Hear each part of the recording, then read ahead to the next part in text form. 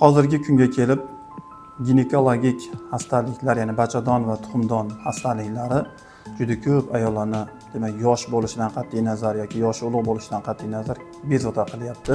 Ushbu bemorimiz bizga, demak, 61 yoshli onaxon bizga bachadon miomasi tashxisi bilan murojaat qildi va ultratovush apparatda ginekologimiz bilan birgalikda ko'rganimizda bachadonda ko'p sonli miyomatoz tugunlar borligi va bachadonning, demak, ortiqlarida, yon sohalarida hosilalar borligi ko'rildi.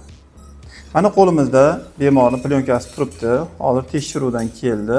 Xulosasi bo'yicha, demak, xuddi o'sha UZIda ko'rilganda singari bachadonda ko'p sonli miyomatoz tugunlar borligi berilyapti.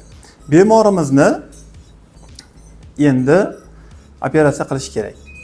Operatsiya, demak, jarroh, ginekolog, urolog, proktolog